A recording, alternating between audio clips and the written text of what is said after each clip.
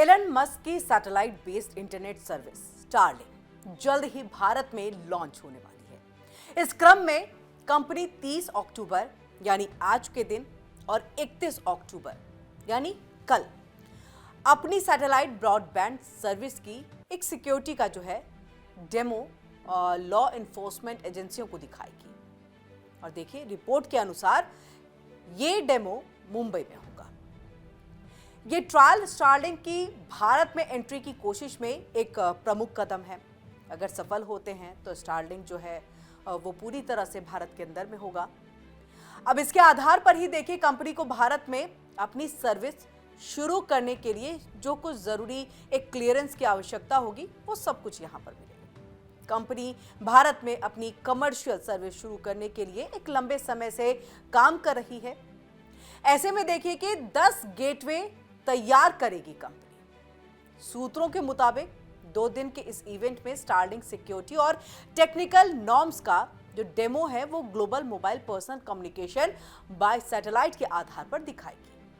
31 जुलाई को स्टारलिंक को भारत में अपनी सैटेलाइट सर्विस शुरू करने के लिए जरूरी मंजूरी मिली थी। मुंबई में स्टारलिंक की पेरेंट कंपनी यानी कि स्पेस एक्स ने 3 ग्राउंड स्टेशन सेट किए हैं जो भारत में कंपनी के हब की तरह काम करेगा।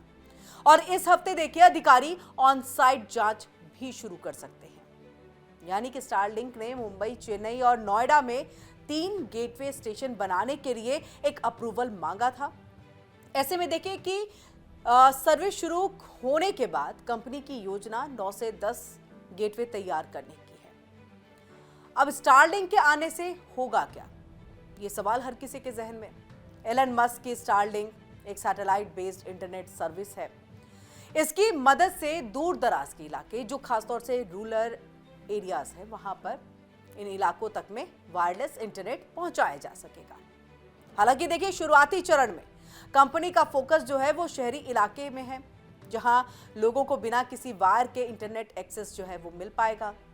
कुल मिलाकर के स्टारलिंक का फायदा मुख्य रूप से ग्रामीण या ऐसे इलाकों में मिलेगा जहां ट्रेडिशनल इंटरनेट सर्विस नहीं पहुंच पा रही है या नहीं पहुंच सकती है। ऐसे में देखिए, भारत में इसका सीधा सीधा मुकाबला जियो और एयरटेल से होने वाला है, जो अफोर्डेबल प्राइस पर अपनी सर्विस ऑफर करते हैं।